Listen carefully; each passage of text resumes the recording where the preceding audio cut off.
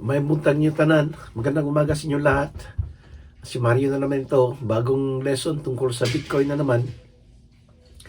Alam mo, talagang tiwala ako sa Bitcoin eh. So sana, hopefully, ang ginagawa ko ngayon, maintindihan nyo anong tungkol sa Bitcoin at saka hopefully mag-invest kayo sa Bitcoin. That's exactly ang gusto ko mangyari. Para sa lahat natin ito. Paulit, ang Bitcoin is very volatile. Tataas ng tataas, tapos biglang babagsak ng babagsak.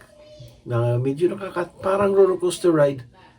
Kaya na sinabi ko sa isang lesson. So, kung natatakot kayo sa volatility, huwag na kayo mag-invest. Kasi ganyan talaga ang ugali ng Bitcoin. Hindi lang taas ng taas, taas, bagsak, taas. Pero in the end, pataas pa rin. Natatalo nila yung all-time high niya. So, ang pag-uusapan natin ngayon is basically tungkol sa anong ibig sabihin ng proof of work. Alam mo na yung Bitcoin, dalawa yung ano niya, yung halaga niya. Yung isa is mahawak siya ng value by itself, parang digital gold. May value siya sa the way it is. Ang pangalawa niya is gumagawa sila ng blockchain. Nag-lesson na ako tungkol sa blockchain. Hopefully, kung hindi nyo maintindihan yung blockchain, bumalik kayo doon para maintindihan nyo. Pero ang paggawa ng blockchain, mga miners ang gumagawa ng blockchain.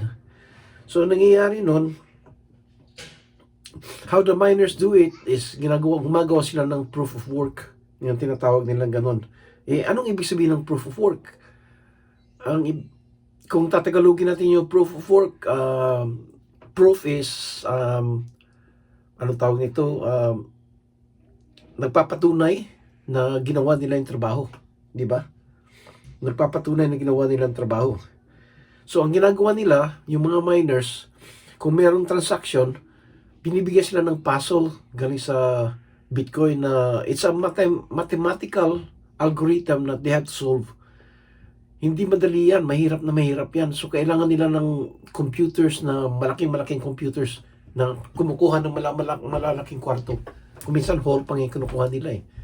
At saka gumagamit ito ng maraming kuryente. So it's expensive because of the computers that they buy and also the electrical system na kumukuha nun. So anyway, lahat ng excuse me ha, masama na talaga yung pakiramdam ko eh. Yung dalawang mata ko is meron akong red eye or pink eye. So, nahihirapan ako tumingin or tumutok ng kahit na ano. Saka yung ubo-ubo ko, yung lalamunan ko, masakit na masakit. So, I know I'm sick, pero gumagawa pa rin ako ng video. Nasa bahay naman ako eh. Retiro na ako, wala akong ginagawa. So, pagkatapos nito, papahinga na ako. Natutulog na naman ako. Pero anyway, ang mga miners, binibigyan sila ng puzzle. Tapos nag-uunahan sila, parang nagko-compete kung sino ang makasolve yung puzzle na yun. Kung masosolve yung puzzle na yun, makakabuo ka ng isang blockchain. So, pagpatunay na yung blockchain na yun is katotohanan na walang kalokohan at saka yung lahat ng mga ebidensya na transaction doon na record is tama, walang kamalian. So, kung magagawa nila yon, mabibigyan sila ng isang blockchain. Makakabuo sila ng blockchain, makakabuo sila ng isang coin. Kung makakabuo sila ng isang coin, bibigyan sila ng premyo. Yung premyo nila, yung how many Bitcoin binibigay. Pero hinati na ngayon, so dumate na. Pero paniwala ka, ang isang Bitcoin, mahal-mahal eh. Umabot na ng 66,000 ang isa. So, can you imagine how much money they make? Pero siyempre, malaki rin yung gasto nila. Malaking puhunan nila. Hindi madaling maging miner. Malaking gasto ang maging miner. So, ang ginagawa nila, binabayaran nila yung puhunan nila. Lalo na yung electrical use nila. Masyadong malaki. Tapos yung natitira, yun ang ikikip nila. Tapos hinahati nila kung ilan sila sa isang company nila. So, that's basically how it works. So, they solve a puzzle using a powerful computer. The first one to solve it gets to add new transaction to the Bitcoin record. This use a lot of energy and computing power. Securing the network. Kung ginagawa nila yon, masusolve na yon. Magdaya, mahirap magdaya doon. Kailangan, at saka, it has to be, they follow the rules.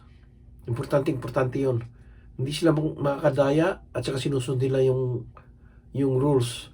So, ang nangyayari ngayon, every time na merong bagong blockchain, merong proof of work na ginawa ng mga miners, and yung proof of work pinapakita na walang dayaan, na yung transaction nila tama, hindi mali, hindi na mabubura, hindi na nila pwede maulit. At saka it's basically very makikita ng lahat. So, pwedeng tingnan ng mga tao ano yung transaction yun tungkol doon. And pangalawa, it's decentralized. Pinapaulit-ulit ko yung decentralized. Ibig sabihin, walang may-ari. Ang mga miners, walang may-ari sa mga miners, walang may-ari ng mga blockchain. Walang gobyerno na nagbabantay sa kanila. Wala ring company na boss nila. They basically do it on their own. And they have to do it correctly. So, hindi madali yun. So, kung magagawa nila yung paso na yun, ibig sabihin tama yung ni-record nila na ledger. So, lumalabas na digital ledger ang every blockchain. So, ang problema ngayon, medyo mahal na nga ang paggagawa ng proof of work kasi the computing power na ginagamit nila at saka yung electrical power. So, kaya maraming tungkol sa blockchain, maraming iba-ibang altcoin, alternative coins na gumawa ng ibang klase. Yung ginagawa nila proof of stake. Yung ibig sabihin nun na you have to have enough kagaya ng Ethereum. You have to have enough Ethereum para sasabihin mo na tama yung transaction na yun. Kung mali, kukunin nila yung mga stake mo. So, kung mag-stake ka, maglalagay ka ng puhunan na tama yung ginagawa mo. Kung mali yung ginawa mo, kukunin nila. So, they have to make sure everything is correct. Ganun naman ang proof of stake. Yan ang ginagawa ng mga ibang alternative coins, altcoins na tawag nun.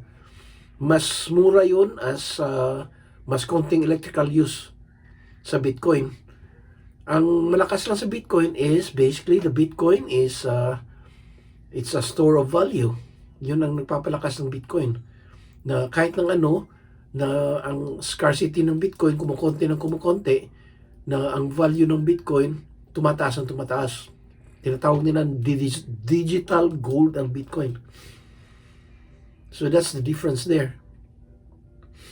So ang masasabi ko sa inyo na it's not the best, it's not the fastest, it's not the best, it's also one of the more expensive. Pero kasi dalawang use ang Bitcoin, it's being used as a store of value. At the same time, gumagawa siya ng blockchain, malakas pa rin ang Bitcoin. Doon pa rin ako mag-i-invest.